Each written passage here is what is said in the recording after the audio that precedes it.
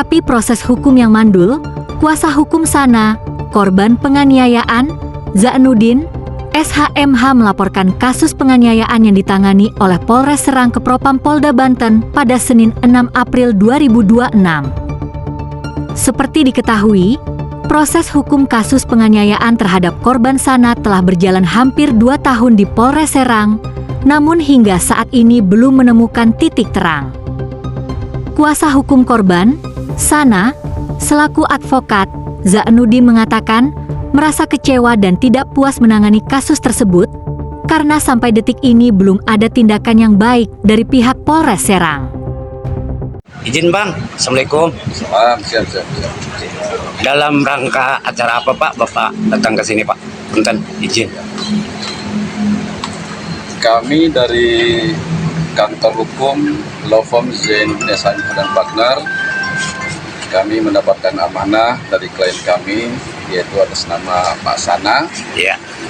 Yang mana Pak Sana ini posisinya sebagai pelapor di Polres Kabupaten Serang. Pak Sana telah melaporkan suatu kejadian tindak pidana pengeroyokan sebagaimana dimaksud pasal 170 KUH pidana yang lama ya. Betul Pak. Nah, laporan tersebut dibuat oleh Pak Sana itu pada tanggal 26 Juni 2024. Nah, awalnya laporan pengaduan tanggal 26 Juni 2024. Ya. Nah, kemudian dari laporan pengaduan tersebut atas dasar saran daripada petugas yang piket di SPKT, maka terbitlah laporan pengaduan tertanggal 26 Juni 2024. Ya. Kejadian pengeroyokan itu terjadi pada tanggal 25 Juni 2024 sekitar pukul 16.30 sore.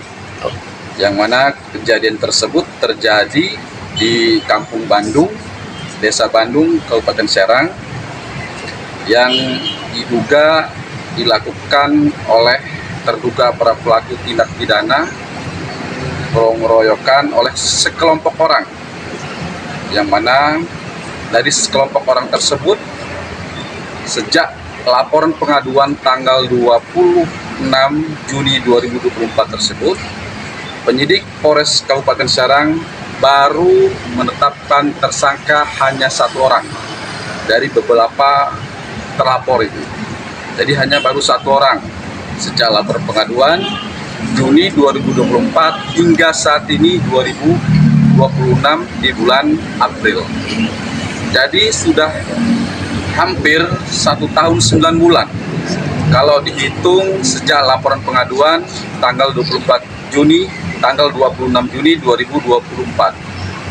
Namun setelah laporan pengaduan tersebut, status laporan pengaduan berubah menjadi laporan polisi, yang mana laporan polisi itu tertanggal 31 Januari 2025. Jadi ketika dihitung dari laporan pengaduan kejadian tahun 2024 bulan Juni itu, nah sampai saat ini, nah itu tahun 2026 di bulan April, sudah hampir 1 tahun 9 bulan lamanya.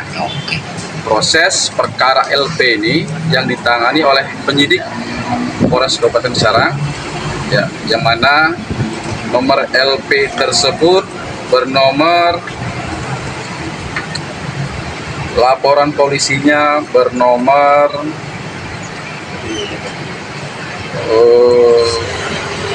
LP garing B.52 garing 1 Romawi garing 2025 garing SPKT garing Polres Serang garing Polda Banten tertanggal 31 Januari 2025. Oke Pak, siap. Harapan Bapak ke depannya untuk KPH apa Pak? Jadi harapan kami, sebetulnya kami tidak mau sejauh ini ya, apalagi sampai antara kami ini law firm ya, penegak hukum berdasarkan undang-undang, kami pun sama penegak hukum.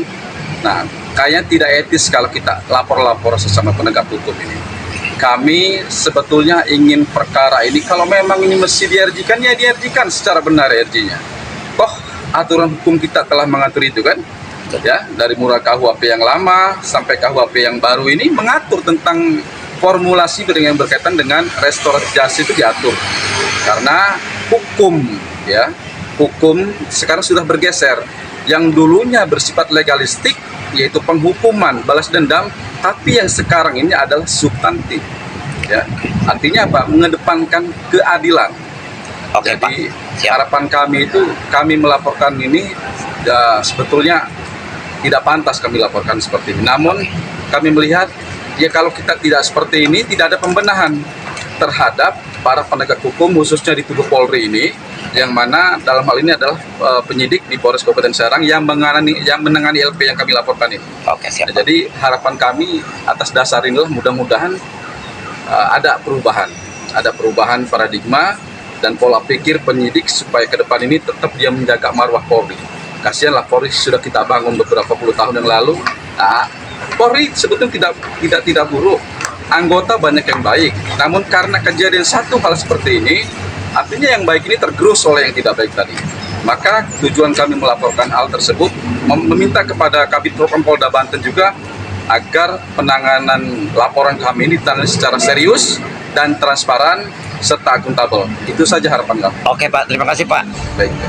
Sementara itu, keluarga korban, Ustadz Hendi Mubarok meminta kepada penegak hukum menangani kasus hukum dengan seadil-adilnya dengan harapan permasalahan pelakunya ditindak sesuatu hukum yang berlaku. Assalamualaikum, Pak. Waalaikumsalam warahmatullahi wabarakatuh. Izin, Pak, terkait kasus Sana ini yang terbengkalai, harapan Pak Ustadz untuk KPH, ada yang pengen disampaikan nggak, Pak? Begini Pak, saya selaku keluarga korban Ya. ingin segera kasus ini selesai. Karena ini hampir 2 tahunan Pak, 1 tahun lebih ini kasus terbengkalai. Saya juga bingung, apa ini karena APH-nya tidak mampu mengurus kasus ini atau ada yang lainnya gitu. Saya juga bingung. Tapi kok kasus seperti ini aja, kasus pengeroyokan seperti ini kok sampai hampir 2 tahun Pak. Saya juga bingung. Saya sangat menyayangkan. Apakah tidak ada keadilan buat orang miskin Pak? Jadi selama ini izin Pak Ustadz belum ada tindak lanjut untuk si pelaku. Ya sampai sekarang si pelaku masih berkeliaran. Oh, dengan bebas, Pak. Dengan bebas. Jadi kami sebagai keluarga sangat kecewa sekali. Harapan kami kepada aparat penegak hukum agar segera menindaklanjuti. Artinya cepatlah ditangkap istilahnya, atau bagaimana menurut prosedur hukum yang berlaku di Indonesia. Saya sangat berharap ada keadilan di Indonesia ini, terutama di Tanah Banten. Selaku keluarga korban, saya sangat berharap sekali supaya keadilan sosial bagi seluruh rakyat Indonesia ini merata, terutama bagi saudara saya sebagai korban yang telah terzolimi. Oke, Pak. Terima kasih, Pak. Ya, sama-sama. Dari Kabupaten Serang, Sardi Air News TV mengabarkan.